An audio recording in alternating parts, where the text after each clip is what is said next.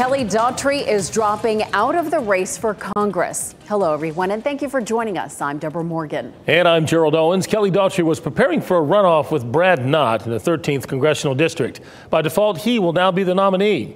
Our Capitol Bureau Chief Laura Leslie is live at the Legislative Building tonight. And Laura, this is a key race.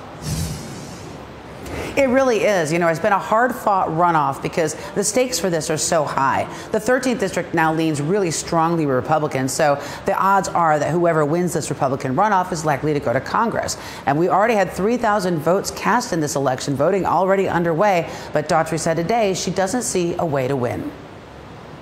For months now, Kelly Daughtry and Brad Knott have been locked in battle on the airwaves, trying to make the case that they would be more loyal to former President Donald Trump than their rival. I'll help President Trump secure our border. Donald Trump, Kelly Daughtry, two sides of the same coin. Millions of dollars worth of negative ads later, Trump stepped in April 5th to settle the question.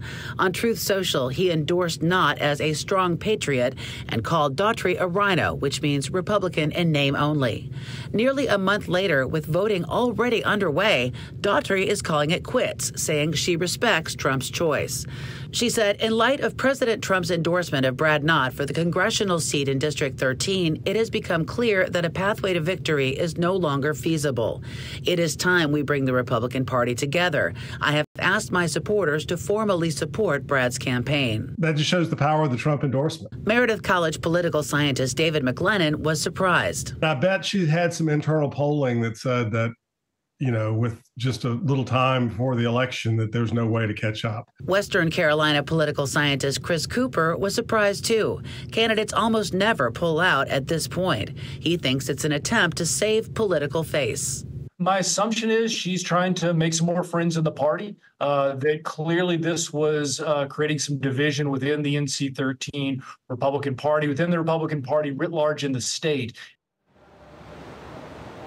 Brad Knott issued a statement of his own this afternoon, thanking Daughtry for her endorsement, but urging his supporters to go vote anyway in the May 14th runoff, I should say. That's because Daughtry's name cannot be removed from the ballot at this point. They're already printed, so technically she could still win. I also called Democratic candidate Frank Pierce to see if he had a comment on this, but he was unavailable. Gerald? Laura Leslie live on Jones Street. Thank you, Laura.